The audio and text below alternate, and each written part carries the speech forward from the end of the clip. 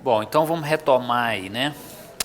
Eu vou falar um pouquinho do Zissel e depois eu vou voltar no Poiré, tá? Porque a ideia final é fazer o contraponto com o Poiré.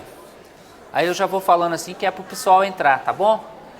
Então, bom, o Zissel tá aí, né? Edgar Zissel. Como eu já tinha dito, o Zissel é um autor inserido dentro do contexto do Círculo de Viena, né? Ele frequentava, ele é um dos membros do Círculo de Viena. Então isso que é um pouco surpreendente com relação a esse autor, porque ele era supostamente, né, para ter uma visão da ciência, assim como os neopositivistas tinham, quer dizer, aspectos sociais não são relevantes para a construção da ciência moderna, ou da ciência de um modo geral. Mas ele vai ter uma tese contrária, né? Então a chamada tese de Zissel, né, vai diretamente contra a concepção do neopositivismo, né? O Zissel, ele nasce em Viena, né, frequenta o Círculo de Viena, estuda matemática, estuda filosofia e, posteriormente, assim como muitos dos membros do Círculo de Viena, ele vai imigrar para os Estados Unidos. Ele leciona um pouco lá nos Estados Unidos e ele acaba cometendo suicídio, ele acaba se suicidando, por isso que a data dele aí, ó, 1944, então ele não teve uma vida muito longa, né?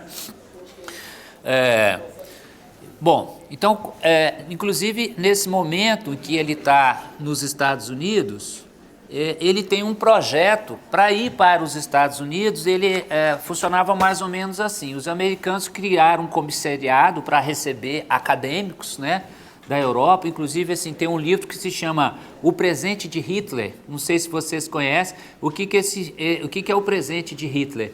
Na medida em que o nazismo cresceu na Europa, boa parte dos cientistas, o que eles fizeram? Foram para os Estados Unidos.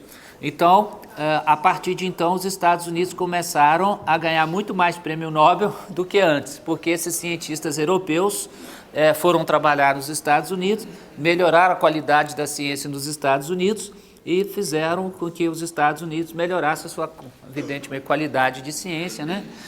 Se tornando uma potência científica. Então esse livro analisa um pouco esse processo aí, se chama O Presente de Hitler, né? O Hitler deu um grande presente para os americanos. O Zissel está mais ou menos nesse pacote, quer dizer, o comissariado para receber acadêmicos europeus funcionava mais ou menos da seguinte forma: você recebia o acadêmico, dava ele uma bolsa de 1 ano, que era para ele se estruturar, encontrar uma universidade para trabalhar, se dava alguma indicação, e aquele acadêmico que conseguisse nesse 1 ano se efetivar em alguma universidade não tinha mais a bolsa. Se ele não conseguisse, ele poderia ser renovado no 2º ano e depois o comissariado não ajudava mais, né? O Zissel foi, no 1º ano ele não conseguiu emprego, no 2º ano ele quase também que não conseguia, e acabou conseguindo uma escola lá, uma faculdade, e trabalhou algum tempo lá e acabou suicidando, né? E, portanto, nesse período que ele chega nos Estados Unidos, ele tinha um projeto, né, que era essa ideia das origens sociais ou sociológicas da ciência. Então, ele meio que desembarca com essa ideia na cabeça, com algum esboço, e quando ele apresenta esse projeto para o comissariado, é um pouco essa ideia, um projeto de trabalhar na emergência da ciência moderna. Quais são os fatores que foram importantes para que a ciência moderna começasse? Então, basicamente é essa a ideia dele, né? Ele escreve, inicialmente ele escreve uma espécie de pré-projeto, ele faz uma palestra em Harvard, assim que ele chega, no 1º ano, que se chama As Origens Sociais da Ciência. Depois esse mesmo texto ele é retrabalhado, ele é ampliado, né, na continuidade do projeto, e ele recebe o nome de As Origens Sociológicas da Ciência. Então, na verdade, tem 2 textos, né? Um outro texto bastante importante é a Gênese do Conceito de Lei Física, ele faz uma trajetória dessa ideia de lei física dos gregos, né, até a modernidade. O que é interessante aqui é que ele mostra que, na realidade, não é que a ideia de lei física não existisse entre os gregos, mas o formato moderno, né, quando a gente fala isto é uma lei física, essa configuração dentro de um contexto científico, veio do jurídico, da ideia de lei jurídica. Então, normalmente a gente tem a tendência de achar que a ideia de lei jurídica veio da ideia de lei natural. Aí ele tenta mostrar que que não existisse uma lei natural ou que os gregos não pensassem em termos de um logos, não é isso que ele está dizendo, mas vamos dizer assim, esse vocabulário, esse discurso de entender a ciência, né, como um sistema de leis e de estabelecer essa ideia de uma lei natural, isso vem por cópia, né, por analogia com o sistema jurídico que estabeleceu esse vocabulário anteriormente. Então, nesse texto chamado A Gênese no Conceito de Lei Física, ele trabalha um pouco essa ideia, né? E o outro é um texto também relevante para essa área, que é As Origens do Método Científico de Gilbert, né? Bom, então, o que é a chamada tese de Zizio? Assim como as pessoas falam a tese de Merton, né? Fala-se também a tese de Zizio, né? O que é essa tese? Vê se o microfone dá para eu chegar aqui. Então, a chamada tese de Zizio é uma explicação para a emergência da ciência moderna, segundo a qual o nascimento do capitalismo, as palavras que vão sendo importantes, capitalismo permitiu uma interação entre artesão e os acadêmicos das universidades, também os humanistas, embora a gente pense muito, o Paulo Rossi trabalha um pouco naquele texto dele, Os Filósofos e as Máquinas, a partir da tese do Zizio, né, no capítulo chamado Artes Mecânicas e Filosofia no século XVI, ele analisa essa relação das pessoas que são os marinheiros, os ferreiros, pessoas que são de uma tradição de trabalho manual, por um lado, e pessoas que são de um trabalho intelectual por outro. Então, a gente vai mostrar como que essas duas tradições interagem para produzir a ciência moderna. Então, essa tese que o Paulo Rossi desenvolve de uma maneira mais detalhada, né, é um pouco seguindo aí a chamada tese de Zizio. Então, ele está dizendo que esses dois grupos, né, de pessoas que trabalhavam muito voltados para um saber livresco, no sentido do livro mesmo, né, e outras pessoas que iam pelo mundo afora, é um marinheiro que está vendo como é que faz para o barco ser conduzido, como é que você tem que pensar essas questões práticas, e alguns desses homens, né, do fazer, inclusive se tornaram pessoas extremamente importantes, escreveram livros, né? É lógico que isso é um processo, o Zizio fala que ele ocorre entre 1300 e 1600. Então, quer dizer, entre 1300 e 1600, alguma coisa está acontecendo na Europa que vai permitir a interação desses dois grupos, né? Se a gente for pensar em termos dos gregos lá, né, a ideia de episteme, a ideia de ciência é uma ideia grega, né? E a ideia de tecne é separado da episteme. A tecne, olha, eu posso ter uma técnica de fazer uma mesa e ser um excelente profissional nesse sentido, mas saber fazer uma mesa não implica em saber o que é a estrutura do mundo. Então, a episteme está muito mais preocupado com outros aspectos mais abstratos e teóricos do que propriamente com conhecimento prático. Essas duas tradições seguem separadas. Num determinado momento, a partir de 1300, essas duas tradições vão se encontrar. O que é diferente na tese do Zizio é que ele vai mostrar o que concorre para que essas duas tradições se encontrem, né, na Europa desse período. Então ele vai dizer, né, que a relação entre esses dois grupos, né, que vai patrocinar a emergência da ciência moderna. Os artesãos eram iletrados e menosprezados pelos acadêmicos que ignoravam as atividades práticas.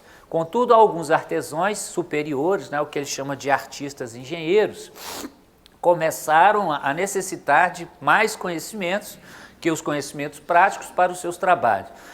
No livro do Paulo Rossi, quando ele detalha isso mais, né, ele vai mostrando que, de uma certa maneira, a técnica sozinha não é nada.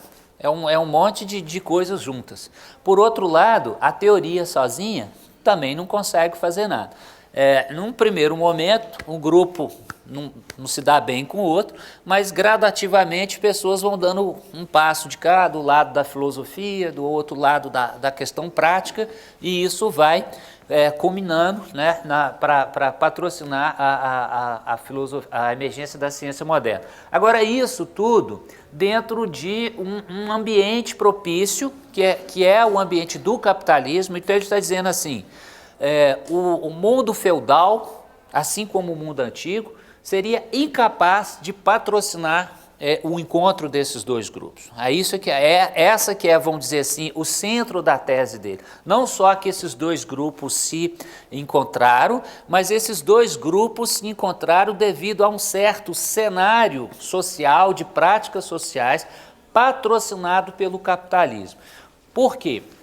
Porque ele vai dizer que dentro do universo medieval você não tinha, por exemplo, a crítica à autoridade, você não tinha, por exemplo, a ideia de concorrência, você não tinha, por exemplo, a ideia de individualidade, né? Então ele vai dizer, a individualidade é algo fundamental para o desenvolvimento da ciência. Por quê?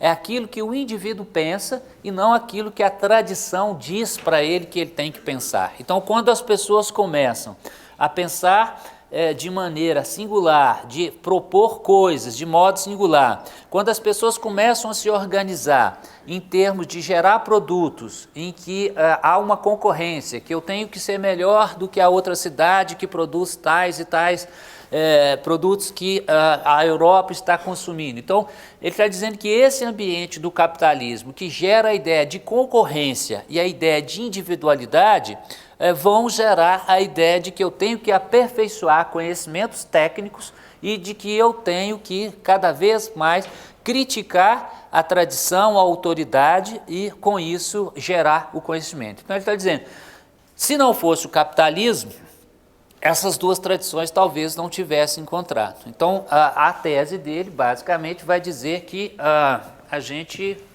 deixa eu aproveitar aí. Aqui tem algumas passagens, né? Então, por exemplo, a sociedade, isso é do texto dele, a sociedade humana não muda tão frequentemente como mudou tão radicalmente na transição do feudalismo para o capitalismo. Então, o sistema fechado para um sistema aberto, né?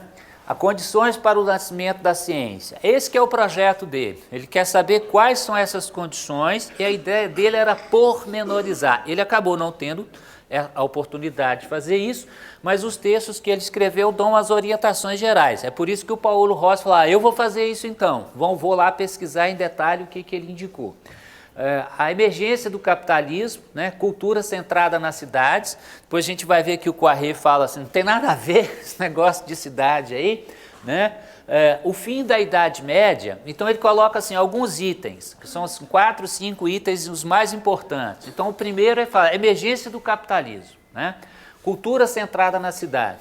Ponto 2, o fim da Idade Média foi um período de rápido progresso tecnológico e de invenções tecnológicas. Então vê que até eu grifei aqui, ó, invenções tecnológicas, isso aí para ele é importante. Quer dizer, a próprio desenvolvimento das invenções tecnológicas buscava o aperfeiçoamento teórico dessas próprias invenções, então é quando essa relação se estabelece, né? Máquinas começaram a ser usadas na produção de bens e na guerra. Agora é importante essa ideia da produção de bens, porque na antiguidade você tinha a ideia da máquina sendo usada como artefato de guerra. Isso aí já de alguma maneira já estava presente. Mas a ideia de que a máquina pudesse melhorar, né, potencializar a produção de bens de consumo, ela é uma ideia que está inserida dentro desse início do capitalismo. Ele vai ressaltar isso. Então, na sociedade medieval, o indivíduo estava ligado à tradição, como eu disse, ao grupo ao qual ele inalteravelmente pertencia. Nascia daquele jeito, morria daquele jeito. No início do capitalismo, o sucesso econômico dependia do espírito de empreender do indivíduo. Então, essa ideia de empreendedorismo, essa ideia do individualismo, no início do feudalismo, a competição econômica, né, era inexistente. e por fim, né, a emergência do método quantitativo, o qual virtualmente era inexistente nas teorias medievais, não podia ser separado do espírito de contar e calcular do capitalismo econômico. Então, contrariamente ao Poiré, o que a gente percebe? Né? Ele está dizendo assim, não, foram exatamente esses fatores de natureza social que ocorreram por uma conjunção do acaso, né? Não necessariamente em outros tempos essa conjunção ocorreu, mas na Europa a partir de 1300 isso começa a ocorrer e isso vai engendrar um modelo de sociedade que por sua vez, né, tem na ciência um instrumento extremamente importante. Então isso, portanto, é muito mais fruto de um desenvolvimento propriamente social, né, do que qualquer coisa relacionada a termos de ideia. Evidentemente que todas as oportunidades que o Poiré tem, ele fala que o Zizek está errado. Né? Então ele fala, não, isso é um absurdo, falar que é a cidade, falar que é... Então ele tem uma visão contrária, né, esse texto é um pouquinho longo, mas eu coloquei ele porque ele é uma síntese, né, do que ele está pensando. O que é a síntese da tese de Zizek feita pelo próprio Zizek, né? Do período do final da Idade Média, em outros momentos ele fala que é do ano de 1300, ele escolhe esse ano como um ano para demarcar. Os acadêmicos das universidades e os humanistas literatos são treinados racionalmente, mas não fazem experimentos, pois desprezam o trabalho manual. Muitos outros plebeus artesãos fazem experimentos e inventam, mas lhes falta o treinamento racional e metódico. Por volta de 1600, com o progresso da tecnologia, o método experimental é adotado por acadêmicos das classes superiores treinados racionalmente. Assim, finalmente, os dois componentes da pesquisa científica são unidos. A ciência moderna nasce. Então, para ele, é a culminância desse processo aí. O processo como um todo está embutido no avançar do início da economia capitalista, que enfraquece a mente coletiva, o pensamento mágico, as tradições e a crença na autoridade e promove o pensamento mundano, racional e causal, o individualismo e a organização social. Nota que isso é de um outro texto, As Origens Sociais da Ciência, é o texto que ele apresentou em 1939 na Universidade de Harvard, num congresso, né, das ciências unificadas, novamente patrocinado pelaquela ideia neopositivista, né, de unificação da ciência. E ele próprio como neopositivista, mas advogando uma tese absolutamente contrária aos ideais neopositivistas, né? Uma resposta de Poiré às concepções sociais da ciência moderna. Então, de vez em quando, o Poiré está falando e ele chega nesse assunto, aparece a necessidade de falar de aspectos sociais, então vira e mexe, ou seja em pé de página, Esse texto é um pouquinho maior, mas da mesma forma que os Zizek faz uma síntese da tese dele, nesse texto dos estudos newtonianos, o Poiré faz uma síntese da crítica que ele tem a esses autores. Então eu separei para a gente ler aí. Então, resposta de Poiré às concepções sociais da ciência moderna. Alguns insistem no papel da experiência e da experimentação na ciência nova, a luta contra o saber livresco, a ideia aí, né? A nova fé do homem moderno nele mesmo, em sua capacidade de descobrir a verdade por seus próprios meios, pelo exercício de seus sentidos, de sua inteligência. Fé que exprimiram com tanta força Bacon e Descartes, se opondo à crença que prevalecia até então do valor supremo e esmagador da tradição e da autoridade consagrada. Não dá para sentir já um certo, né, contra quem que está falando, né? Num determinado momento, a Universidade de Johns Hopkins, em Baltimore, que até hoje é uma universidade importante, ela precisou de escolher um modelo de qual história da ciência que ela ia ensinar. E ela tinha um modelo de Poiré e ela tinha um modelo do Zizek. E qual modelo que vocês acham que ela escolheu? Ela escolheu o do Poiré, né? Então, ninguém falava de Zizek, só posteriormente à morte do Zizek, em que essas teses foram sendo retomadas. Então, a importância do Poiré naquele momento era tão grande em que aquele modelo de ciência, né? Então, acho que não cabia nem a ele fazer uma crítica assim, mais frontal. Então, ele fazia, diluía aqui num pedaço do texto, uma outra ali, né? Bom, prevalecia então a questão da autoridade consagrada. Outros sublinham a atitude prática do homem moderno, que se volta à vida contemplativa, que a Idade Média contra, né, que se acho que ficou faltando ali, contra a vida contemplativa e a Idade Média que a Antiguidade considerava. Alega-se como o apogeu da vida humana para se voltar para a vida ativa, né, essa ideia, o Poiré trabalha com essa própria caracterização, né, do mundo antigo, né, a ideia de bios theoretikos, a vida contemplativa, né, contra a ideia de vida ativa, que os historiadores da ciência, de um modo geral, usam muito essas duas expressões para contrapor uma ideia de que o conhecimento era contemplativo no mundo antigo e ele passa a ser uma interação ativa no mundo moderno. Então é isso que o Poiré está se referindo, né, para se voltar para a vida ativa, operativa, como chamada por Bacon, dizia Descartes, uma ciência que voltou o homem, né, que se tornou o homem senhor, ou mestre, possuidor da natureza. Essa é uma expressão conhecida aí, dos modernos, né? Do engenheiro, do trabalhador comerciante, empreendedor, né? Não são palavras que estão lá no texto do Ziso. E calculador, em soma da classe, ou seria, em soma da classe burguesa, né? Ascendente na sociedade moderna.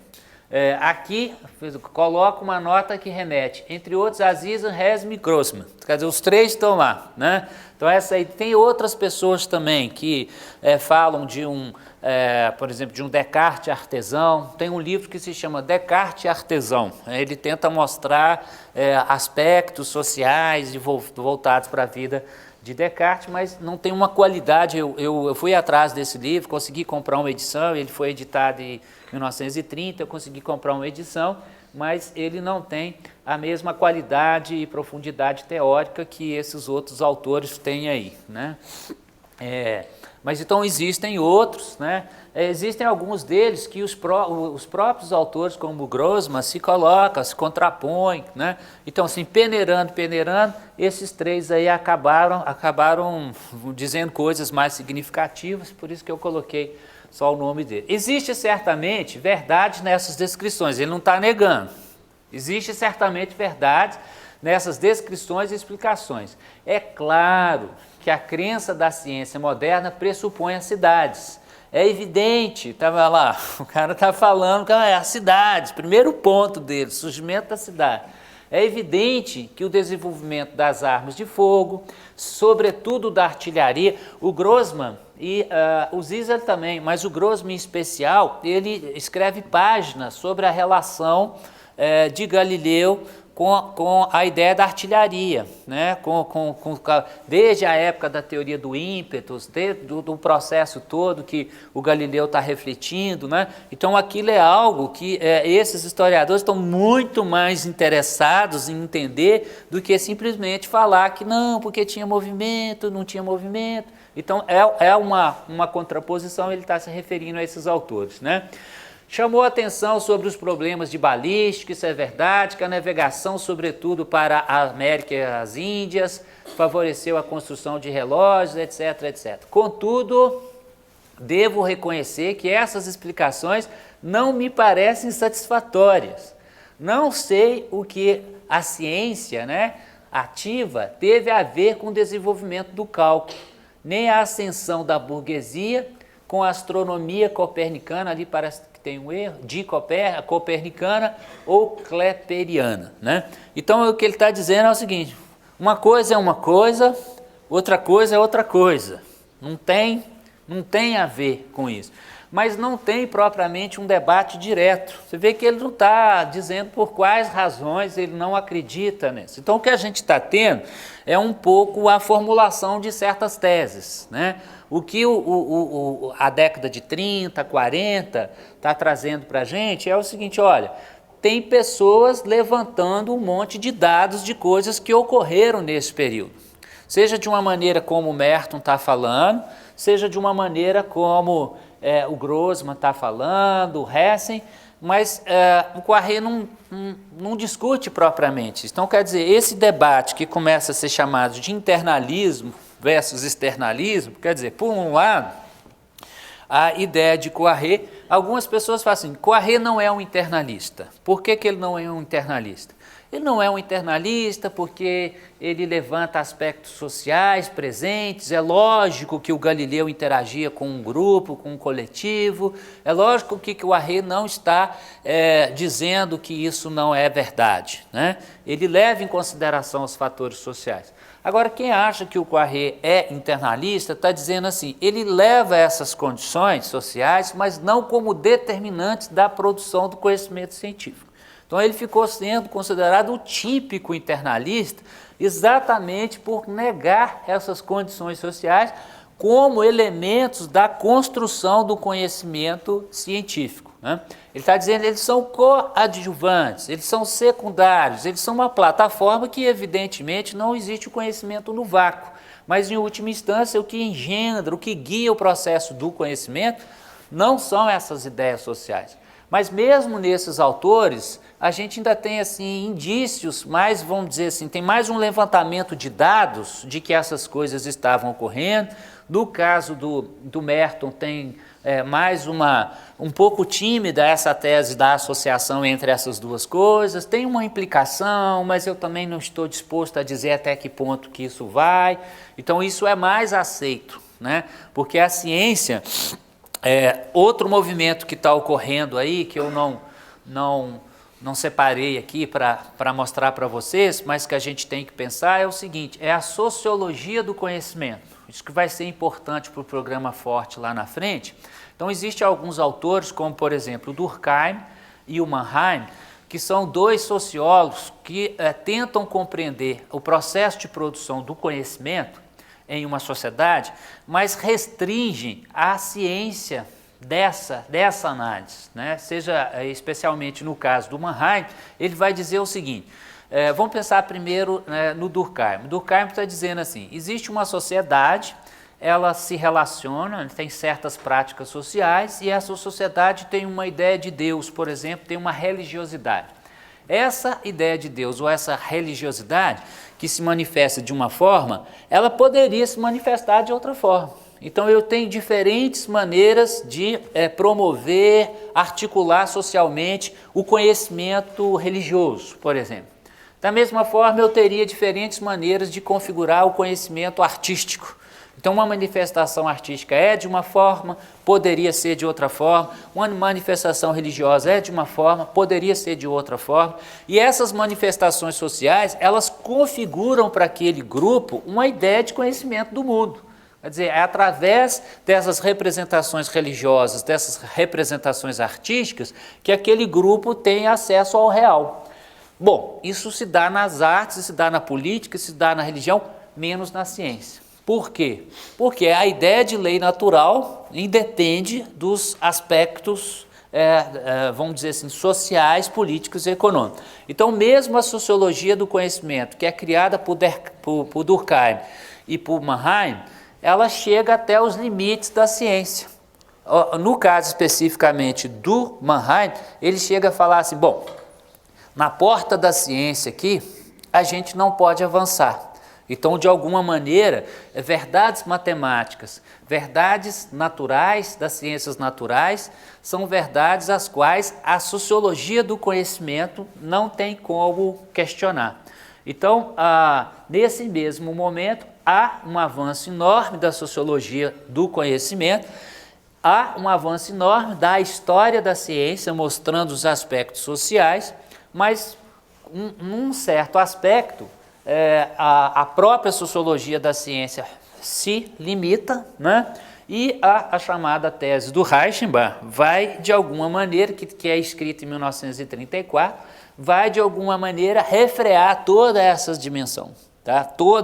Vai mostrar o seguinte, todo esse conhecimento sociológico, todo esse conhecimento histórico, todo esse levantamento de dados acerca das práticas sociais da ciência, eles são relevantes enquanto informações sociológicas, ninguém nega isso, mas eles não são determinantes para interferir no processo de produção do conhecimento científico.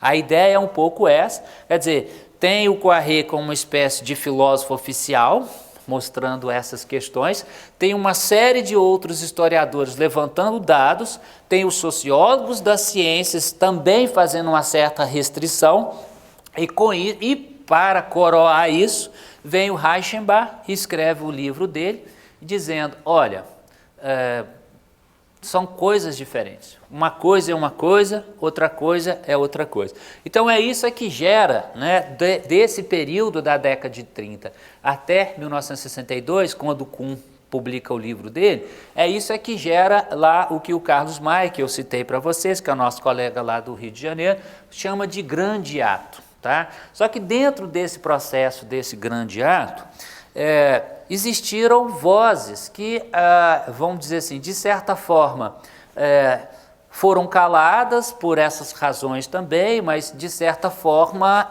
vamos dizer assim, se a gente olha o copo meio cheio ou meio vazio, depende, né? Então, por exemplo, o próprio livro do Fleck, que é o outro autor, que eu vou mostrar aí um pouquinho para vocês, o término daquela outra citação dos estudos newtonianos, né, segue mais ou menos aquela ideia. Vamos ler então. Quanto à experiência e experimentação, duas coisas que nós devemos não apenas distinguir, mas mesmo opor uma à outra, né, porque para o Poiré experimentação é um processo extremamente teórico. É como que eu articulo uma pergunta para a natureza, né? Não é só uma experiência sensorial imediata. Então a ideia de experimentação já é por si só extremamente imbuída, né? Presente a ideia de teoria que conduz a essa experimentação. Por isso que ele está fazendo essa separação.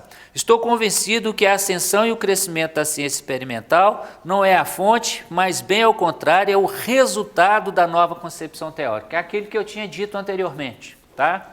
Primeiro você tem uma mudança teórica, essa mudança teórica traz os aspectos sociais. O que eu estou tentando fazer é confundir vocês. Quer dizer, eu quero que vocês sejam, por um lado, adeptos do Poiré, por outro lado, adeptos do Zizek, para, de certa forma, ver que essas questões elas não são muito fáceis, né?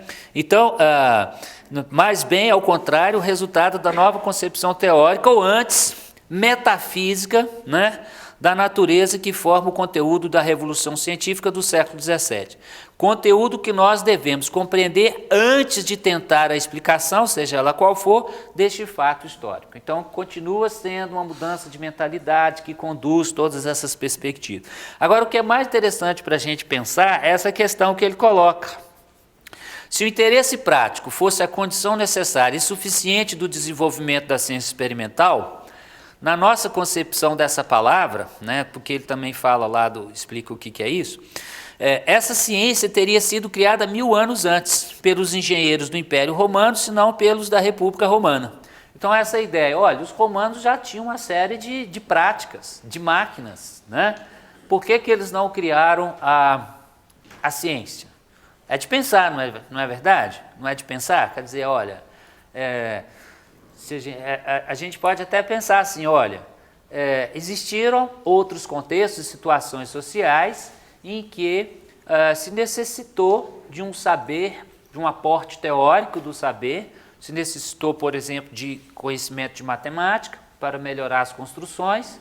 Em parte, esse conhecimento foi até utilizado, mas em parte não, e não se criou a ideia de ciência moderna. Então, sob esse aspecto, a gente fala, não, o Poiré está certo.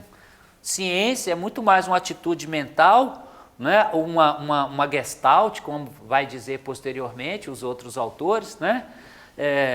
Do que propriamente um fazer. Então, a ideia que ele está colocando para a gente pensar é interessante nesse sentido, né? É lógico que para o Zizek responderia fácil isso. Ele fala, olha, o Império Romano não criou o capitalismo, porque para o Zizek, o que fez o engendramento dessa tradição foram as ideias de individualismo, as ideias de concorrência, ideias que foram trazidas pelo modo de produção econômica do capitalismo. Ele ia responder para o Poiré assim, não, é lógico, se os romanos tivessem criado o capitalismo, os romanos teriam criado a ciência, né? Então essa é uma tese que às vezes as pessoas, elas fazem uma observação elas têm assim, aqui não, um auditório, as pessoas ficam numa situação um pouco mais formal, mas dentro de sala de aula, as pessoas, é um absurdo você falar que a ciência é produto do capitalismo, né? Então tem gente que fica assim, realmente afetada, então quer dizer que não existe ciência no mundo comunista, né? Bom, o que ele está dizendo aqui, capitalismo, né? Dependente de... Ele está dizendo essa ideia de concorrência, de individualidades, tá? Então, ele está dizendo nesse aspecto, né? Não estou nem preocupado com a questão do financiamento, de quem financia a pesquisa, essas questões todas são relevantes, mas o que ele está dizendo é o seguinte, é um certo modo de vida, é uma certa sociedade que estabeleceu certas relações que quase que como que um produto secundário ou uma espécie de propriedade emergente, né? A configuração, a confluência de certas práticas teve como uma espécie de propriedade emergente a ideia de ciência. Então é isso que ele está dizendo. Aí responderia, se essa configuração se encontrasse no Império Romano, o Império Romano teria criado a ciência. Agora, não se encontrou, por que se encontrou? Não se sabe. Isso aí é outra história, quer dizer, o fato é que acabando a Idade Média, começando a Idade Moderna, há uma série de transformações e essa série de transformações leva à culminância, né, do encontro dessas duas tradições. Então é mais ou menos isso que ele está dizendo. Então esse é o Fleck. O Fleck é uma espécie de exceção da exceção da exceção, né? Eu costumo dizer que, por exemplo, o Thomas Kuhn é a pessoa certa, falando na hora certa, no país certo, na língua certa, no momento certo.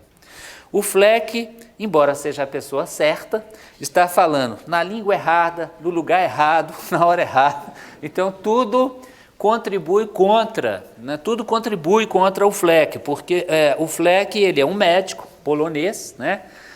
Na cidade de Lvov, que é uma cidade que acho que atualmente pertence à Ucrânia, na época pertencia à Polônia, né? Então já foi só um próprio local, né? Muito disputado, né? Ele se forma em medicina e sempre teve grande interesse em história e filosofia da ciência. Então, todos os dias antes de ir trabalhar, ele tinha pelo menos 1 a 2 horas, acordava cedo e ficava lendo sobre história e filosofia da ciência. A formação dele, ele é autodidata nesse sentido. Então, ele leu, estudou essas questões.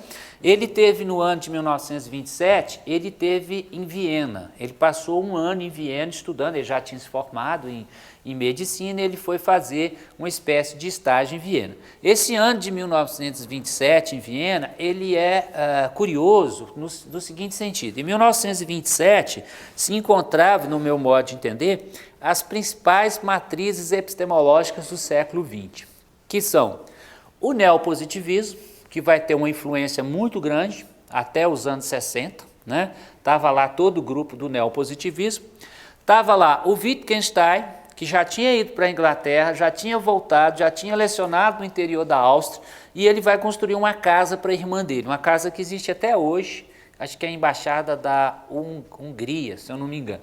Então, ele vai construir uma casa para a irmã e ele permanece esse final da década de 20 lá, onde ele tem uma série de encontros com o Schlick, porque a mulher do Schlick era amiga da irmã do Wittgenstein, então conseguiram lá umas reuniões e isso foi publicado num livro que se chama Wittgenstein e o Círculo de Viena, essas conversações entre o Wittgenstein e o Schlick e outros membros do Círculo de Viena. Então, está lá o Círculo de Viena, está lá o Wittgenstein, está lá o Popper, que é inicialmente alguém que vem também do seio do Círculo de Viena, fazendo a tese de doutorado dele, que vai ser defendida mais ou menos nessa época, que se não é algo contra ou a favor, é toda uma controvérsia, se Popper é positivista, se não é, ele não é positivista na medida que ele faz uma crítica ao método positivista.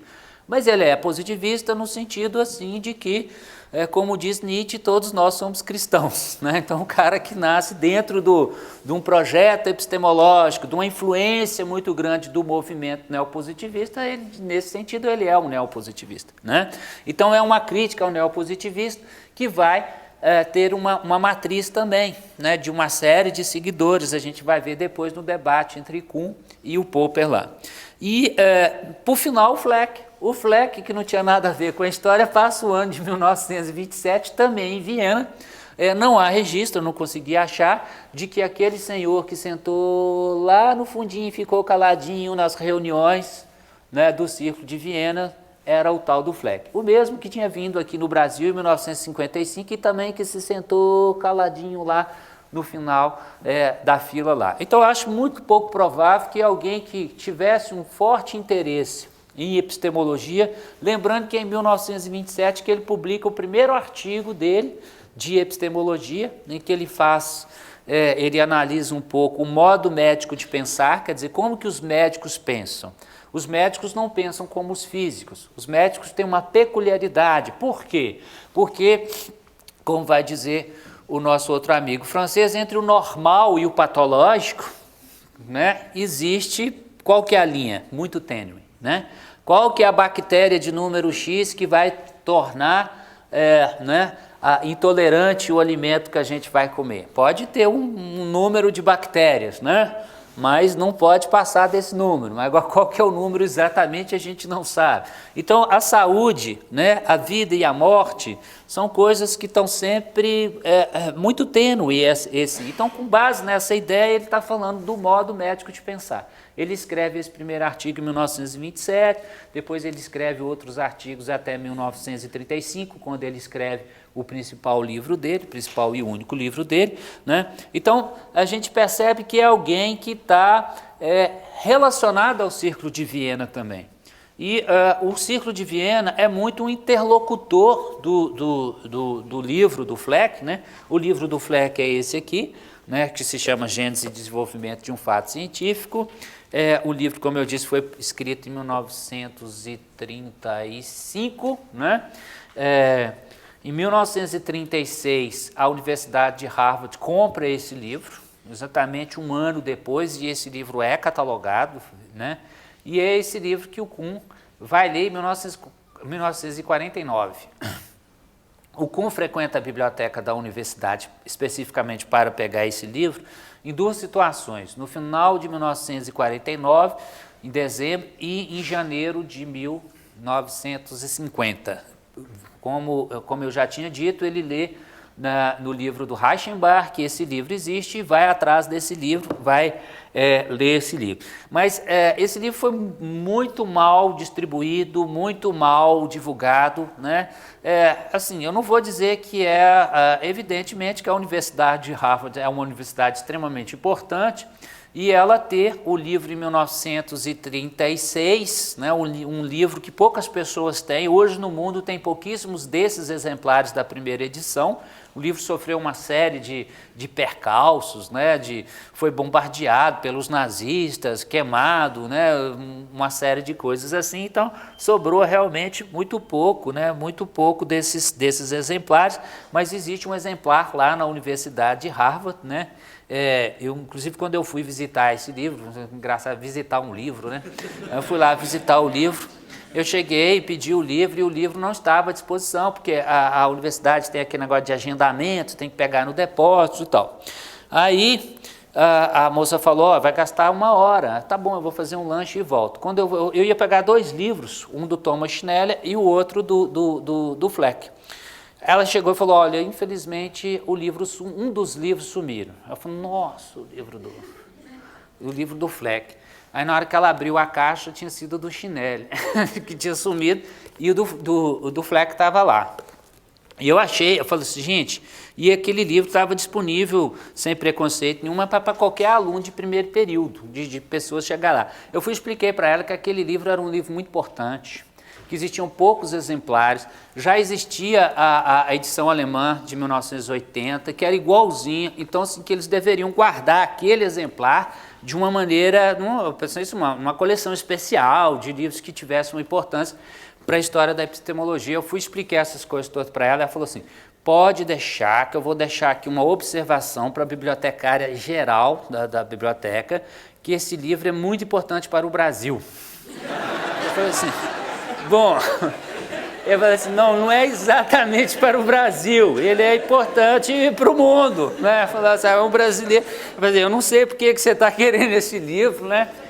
Ela até cogitou de colocar na coleção especial de livros brasileiros, eu nem sei onde que é essa coleção lá, mas fiquei sabendo que lá eles tinham uma coleção de livros brasileiros e tal. Eu falei, não é, né? Esse livro é importante porque, bom, eu não expliquei muito porquê, mas assim, foi o livro que o Thomas Kuhn tinha consultado e tal, e o livro está intacto. O Kuhn é um bom usuário de biblioteca, né? Deixou o livro, né, de uma maneira assim bem preservada, é um livro bonito. Inclusive tem uma peculiaridade, já que eu estou falando do livro, que, por exemplo, em 1934 saiu o livro A Lógica da Pesquisa do Popper, mas esse livro é publicado em 1935 e o Fleck leu A Lógica da Pesquisa do Popper, que saiu em 34, só que ele não cita ao longo do livro.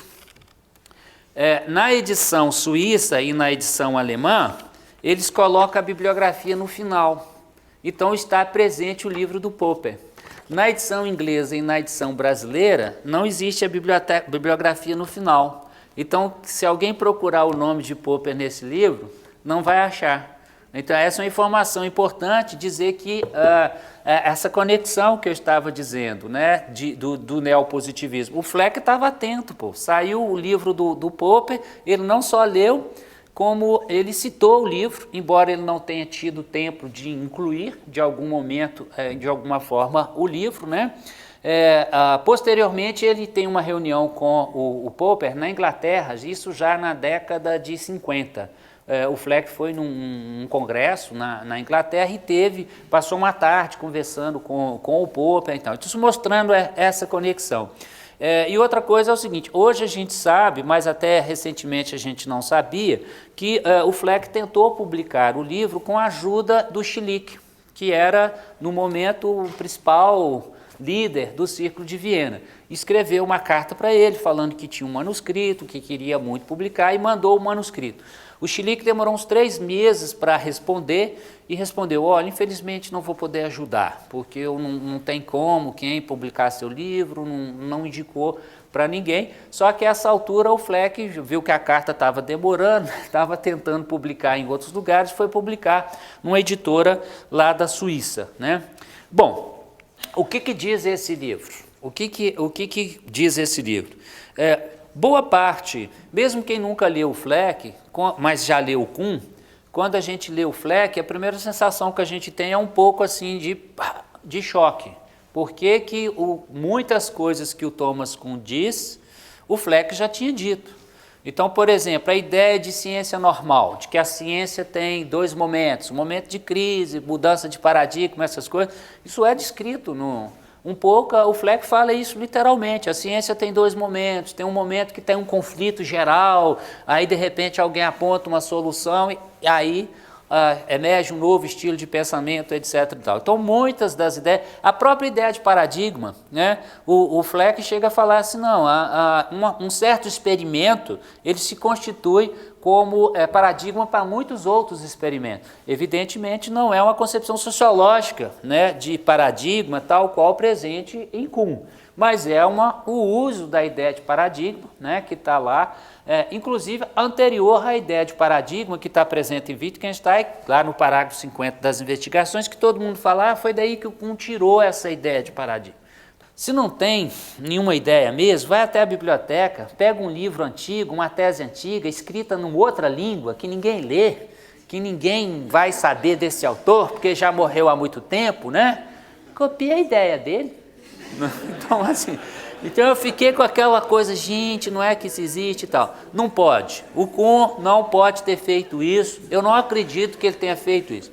Aí eu li alguns artigos de pessoas que tinham tido o mesmo choque que eu tive. Aí alguns lá na França, lá na Alemanha, na Inglaterra, outras pessoas juntaram esses autores e tiveram, e geralmente eles fazem isso, desce a lenha no Kuhn. Eu falei assim, não acredito nisso, eu não quero que o meu herói de juventude, né, tenha esse fim assim. Aí eu tentei escrever no artigo assim, o que Kuhn não aprendeu com Fleck. Então ele aprendeu isso, e o que Kuhn não aprendeu com Fleck. Outras coisas que Kuhn não aprendeu com Fleck, aprendeu com Poiré, aprendeu com diferentes autores, mas tentando mostrar que o Kuhn não era simplesmente uma pessoa que estava plagiando, né? Mas que muitas ideias eram, inclusive, algumas melhores do Kuhn, algumas melhores, mas tentando mostrar um pouco essa relação. Depois eu vou falar mais do Kuhn, eu retomo isso. Bom, o que tem nesse livro aí, né? Então, antes disso, as obras principais, né? Gênese e Desenvolvimento de um Fato Científico, que é esse livro de 1935. Sobre a crise da realidade, eu acho, por que esse texto é importante, né? Eu tenho mais dificuldades em biologia, em geral, não é preconceito, eu gosto mais da física, tá? Eu sei que tem biólogos e físicos aqui, mas o que acontece é o seguinte, eu tenho mais dificuldade, inclusive assim, quem não é da área de biológica, de medicina, uma das minhas dificuldades de ler o livro do Fleck é vencer o primeiro capítulo, porque tem tanto cancro, gonorreia, cancro mole, cancro não sei o que eu não sabia se eu ia dar conta de vencer o primeiro capítulo de tanta doença que tinha, e eu sou hipocondríaco, sabe? Daí a pouco eu começo a sentir, né?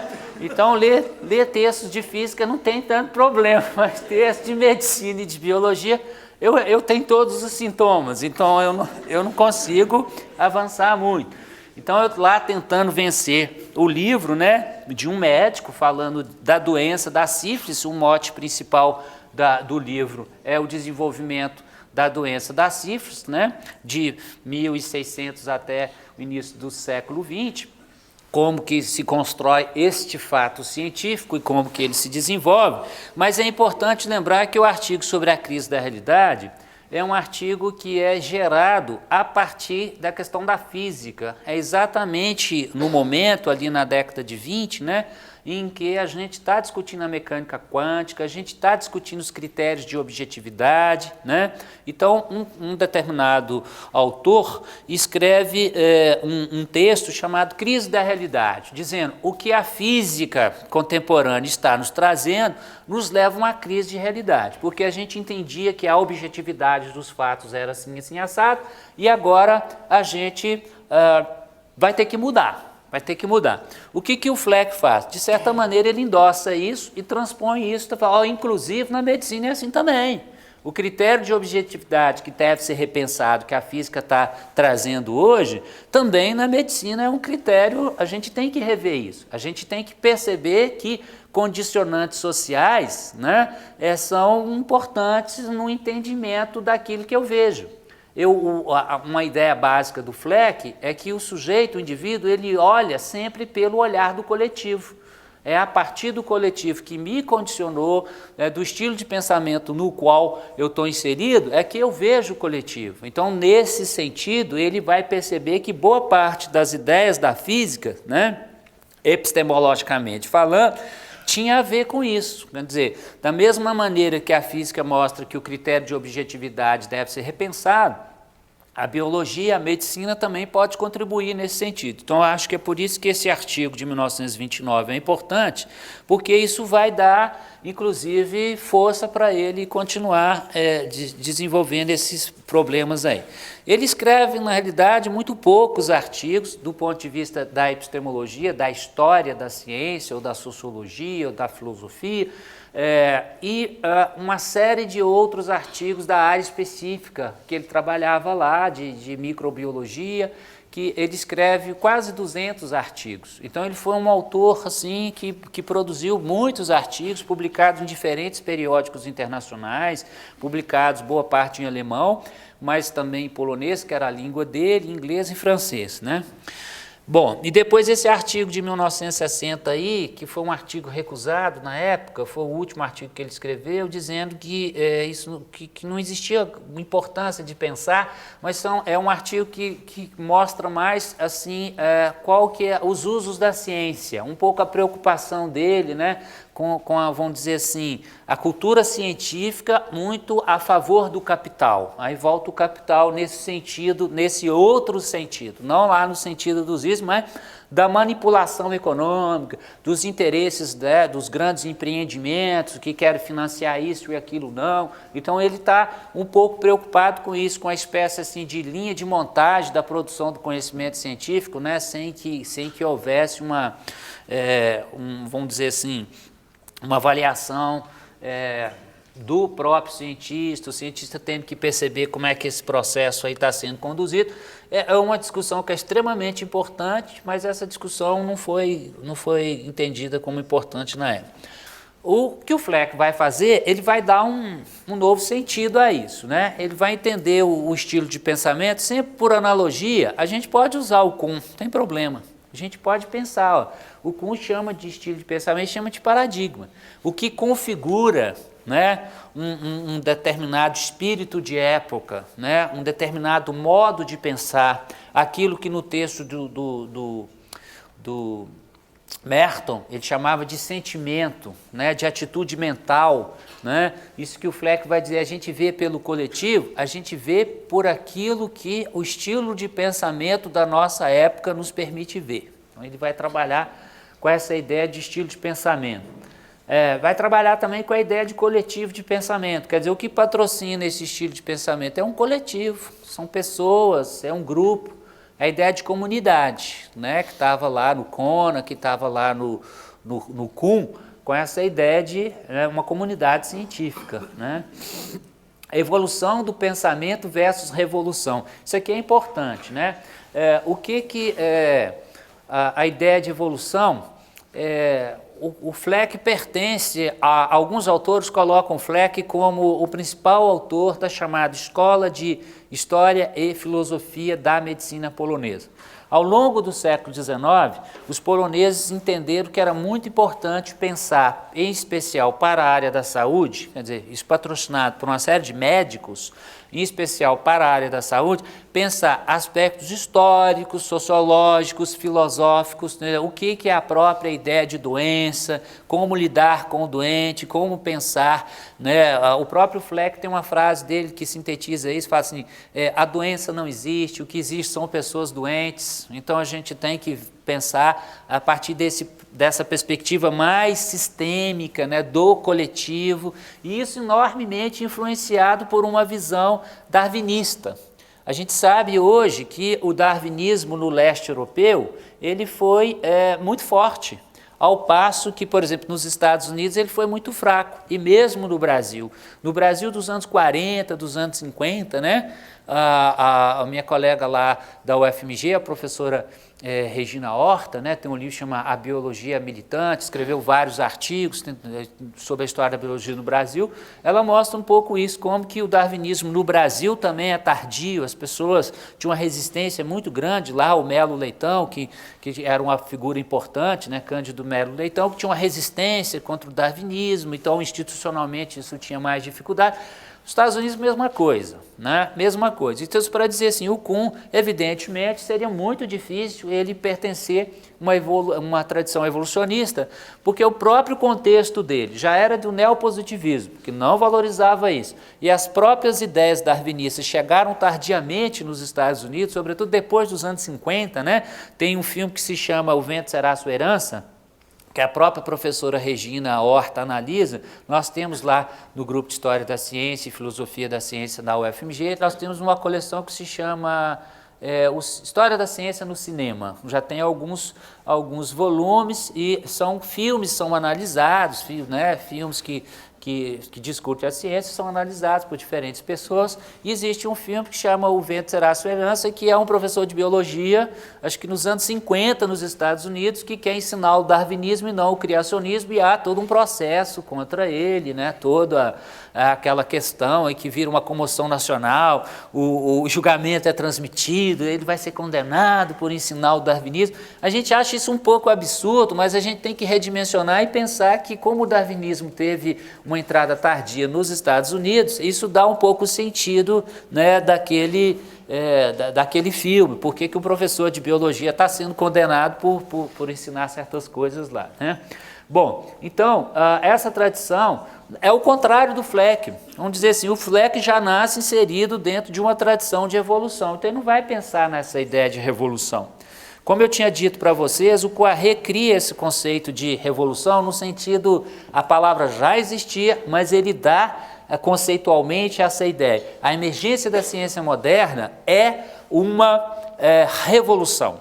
tudo diferente, né? Quer dizer, do repouso para o repouso e movimento, da lei da inércia, das práticas, etc, etc, etc, há uma nova ideia de ciência, tá? Galileu, Newton, uma nova ideia, uma revolução, portanto, uma mudança. O que o Kuhn faz? O Kuhn eterniza a ideia de revolução, né? A partir da estrutura das revoluções científicas, tudo é revolução, né? Tudo, não, isso vai ser revolucionário, tudo é revolução. Então a gente está muito acostumado, dentro de um certo paradigma, kuhnianamente falando, da ideia de revolução. Mas dentro do leste europeu não existe essa ideia, não tem essa penetração das ideias do Poiré, da ciência como revolução, e há a ideia da escola de filosofia polonesa de que há uma evolução, né, dos processos, naturalmente ocorre assim. Então o Poiré, o Fleck trabalha muito nessa perspectiva. O que existe é uma evolução e não uma revolução. Ele usa a palavra revolução, não é proibido usar. É igual quando o Wittgenstein faz uma crítica à representação, ele é cuidadoso em dizer, não é que a gente não precise mais usar a palavra representação, mas a gente não pode achar que a função principal da linguagem seja a função de representação. Tem várias outras. A gente pode falar de revolução. Olha, isso foi revolucionário, mas a gente não pode achar que a mudança de um estilo de pensamento para o outro é algo revolucionário que cause a ideia de incomensurabilidade, que é outro conceito que o Fleck usa. Existe incomensurabilidade? Existe, em poucos casos. Na maior parte deles, não. Né? Não existe assim a ideia de pato coelho, né? O cientista dormiu pato e acordou coelho. É uma ideia que o Kuhn fala assim, amargamente me arrependi de ter dito aquilo, foi a maior bobagem que eu falei na vida e tal. Porque comunidades mudam muito devagar. Pessoas podem mudar. Ontem eu dormi pato, hoje eu acordei coelho. Talvez pessoas possam mudar, mas mesmo assim a gente muda devagarinho, né? Não vai. Estou na dúvida se eu sou pato, se eu sou coelho, né? Se eu atravesso a avenida e vou para Fafiche, se eu não atravesso, a gente fica um pouco na dúvida. Então esses processos são gradativos, demorados, né? São muito mais da ideia do evolver, do desenvolver, né? São muito mais processos, né, que ele chama de mutações no estilo de pensamento. Então a mudança, o que o Kuhn chamaria de mudança de paradigma, ele chama de mutações no estilo de pensamento, né? Um outro conceito muito interessante é o conceito de acoplamento ou conexões, né, da ideia de ativo e passivo, como que a gente vê critérios de objetividade e subjetividade, né?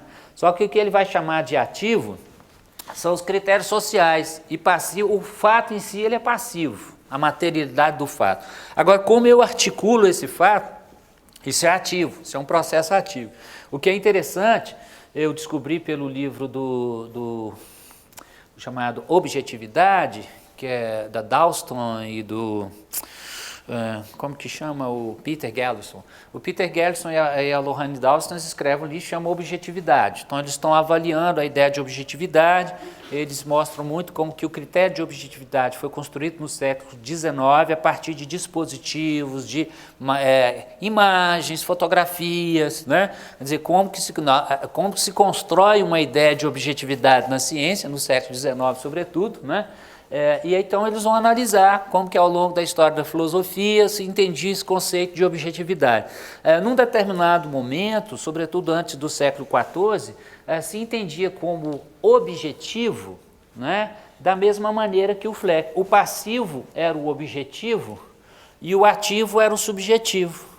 Que num determinado momento o positivismo endossa essa ideia, que é sobretudo uma perspectiva positivista, mas ao longo, né, antes do século XVII, de que o ativo é o objetivo. E o sujeito, ao Hume falando, o sujeito é um feixe de impressões, passivo, né, o dado objetivo falando o tempo inteiro em cima da gente, né? O Fleck inverte essa relação. Então, portanto, ele volta num critério de objetividade anterior. Quer dizer, o que é objetivo na relação entre o sujeito e o objeto, o que é ativo, é o sujeito. É o sujeito que determina essa relação e não o objeto. Ele não é um feixe de impressões, ele não é uma tábula rasa, ele é o contrário. Ele é o agente que, de alguma maneira, isso não é tão inovador no sentido que anteriormente ao século XV já se tinha pensado dessa maneira. Então isso é o que ele fala, o que são conexões, né, ou acoplamentos, é o modo como eu interajo com o mundo e como que esse sujeito é ativo, né, em ordenar esses processos que são passivos, né. Outro conceito interessante é o conceito de pré-ideias ou proto-ideias.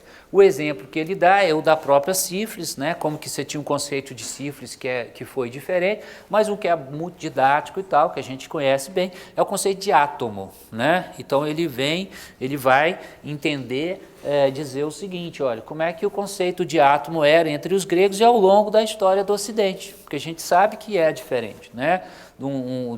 Seja de Dalton, seja de Bohr, seja de Dalton, seja medieval, seja não sei o que, esse conceito, né, ele vai sendo modificado. Então ele fala, o conceito de átomo é um conceito, é uma pré-ideia, que na medida em que não é uma ideia inteiramente nova, mas quando ela entra num estilo de pensamento, né, ela passa a responder de acordo com aquela configuração daquele estilo de pensamento.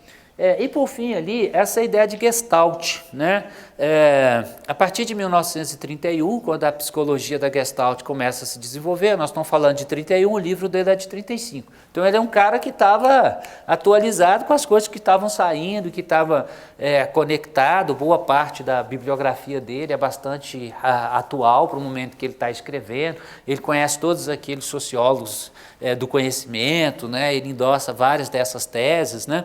Então, na realidade, o Fleck ele cumpre bem esse papel do gênio, no sentido assim, o que é o gênio? O próprio Zilsel escreve um livro sobre o gênio, né? O papel do gênio, tem essa ideia do gênio que não é o que é ser genial, é um pouco o sujeito que está atento aos diferentes movimentos do seu contexto, consegue articular diferentes ideias, né, de uma maneira criativa, e muitas dessas ideias não necessariamente são ideias todas dele, mas o modo como ele fez essa tessitura aí, como que ele construiu essa teoria, é o modo dele.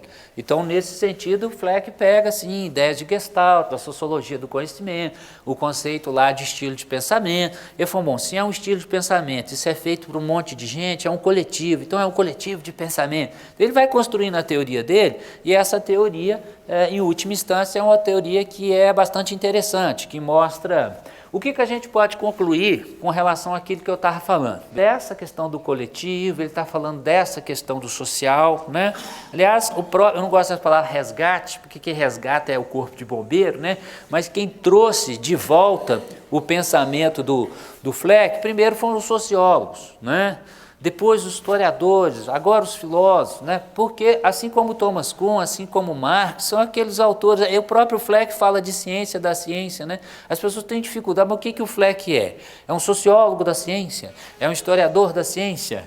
É um filósofo da ciência? É um pássaro? Não, é um super-homem. Então, assim, na realidade, o que é o Fleck? O Fleck é uma somatória dessas coisas todas, por isso que ele fala de ciência da ciência. É muito difícil achar que a ciência não tem aspectos sociológicos, não tem aspectos políticos, não tem aspectos filosóficos. A gente está diante de uma coisa que é muito maior do que a gente. Então a gente tem que ter uma ciência para estudar a nossa ciência. Por isso que ele está falando de uma ciência da ciência. Então, o Fleck está trazendo uma série de perspectivas, né, sociológicas, por isso que os primeiros foram sociólogos, né, lá na década de 70, inicialmente um sociólogo alemão que foi trabalhar na Inglaterra e que traduziu um capítulo, veio toda aquela história do livro dele, né, e para a produção do livro dele, para a recuperação, tradução do livro dele, mas então essa dimensão sociológica, histórica, é muito forte, ele é uma posição contrária. Agora, como ele foi um autor que praticamente não foi lido, foi desconhecido, não teve relevância no momento em que estava escrevendo, não dialogou com a comunidade específica de historiadores e filósofos da ciência, ou mesmo sociólogos, né? Basicamente quem leu o livro dele foi um amigo que era médico ou outro, né? Legal o seu livro, gostei, bacana. Então, assim, mas sem vamos dizer assim, tirando aqueles aspectos médicos, né? Sem condições de avaliar que tinha uma tese inovadora do entendimento dos processos científicos, não tinha condições de avaliar isso, né? Naquele momento. Acho que das 19 resenhas que saíram, só uma foi uma resenha vamos dizer assim, mais especializada, né? Mas também para não falar que as pessoas, todo Thomas Kuhn não tem o seu Fleck, né? A primeira resenha que saiu do livro do Fleck, essa primeira resenha que foi substancial, é de um filósofo polonês chamado Chivstek, né? A pronúncia é mais ou menos essa, eu não sei exatamente como é que é. Uma polonesa tentou me ensinar, mas depois da 10ª vez eu vi que realmente é muito difícil. Então, o Chivstek era inclusive parente, né, assim, cunhado contra cunhado, essas coisas assim de família, do Fleck. Conversava muito com ele, esse sim era um filósofo profissional. E é uma resenha que ele faz do livro do Fleck, mostrando uma série de questões da importância do livro do Fleck, mas essa resenha foi lida por poucas pessoas, não teve um impacto maior. O Fleck acabou, saiu o livro do Dr. Fleck, né, numa revista de medicina, o pessoal, que legal, bacana e tal, mas sem condições de avaliar. Ele acabou não dialogando. A principal corrente hegemônica era o neopositivismo, que não queria saber de nada disso, né? E o Fleck faz um comentário ao Carnap dizendo assim, olha, o Carnap já sacou que a gente tem que considerar aspectos sociais na produção do conhecimento científico. Eu espero que ele leve isso a sério a partir de agora, né? E ele vai levar, está tudo resolvido, daqui para frente todos nós temos consciência de que a produção do conhecimento científico leva a aspectos sociológicos. Isso é vital, isso é importante. Estou tranquilo com relação a isso, porque até Carnap, né, quer dizer, era quase que a figura do diabo, né? Até Carnap já sabe disso e escreveu isso no artigo dele. Aí ele vai e cita o artigo. Tadinho do Fleck, achou que isso ia acontecer, aí sai no mesmo ano o livro do Reichenbach, né, que faz uma espécie de síntese do movimento positivista e diz o seguinte: com relação a esses aspectos aí que esse povo tudo está falando, sociológicos, etc. e tal, é muito legal, muito interessante, mas isso é contexto de descoberta. Eu posso estar andando, tropeçar numa coisa, ter uma ideia, ver uma coisa e tal. Isso é irrelevante para quando eu formulo a minha teoria científica, isso é irrelevante para quando eu vou para o laboratório fazer meu experimento. Contexto de descoberta, contexto de justificativa. Então isso julgou uma... Então não foi só o Fleck ter ido para o campo de concentração, o livro saiu em 1935, 5 anos depois ele estava sendo preso junto com a família, né? Tem até um filme que relata a família dele toda foi dizimada, menos a mulher e o filho. Eles foram para o campo de concentração, como ele era médico, né? Os nazistas falaram, olha, se você trabalhar para a gente... Vamos fazer um negócio aí, né? Se trabalhar para a gente, você fica vivo. E aí falou, então tá bom, então traz meu filho, traz minha mulher, deixa aqui, deixa eu saber se eles estão aqui e tal. Então tem um filme que narra esse episódio, né, do filho dele, né? E foi produzido pela BBC de Londres, é um curta-metragem, né, que mostra exatamente esse momento, né, de que ele faz essa negociação.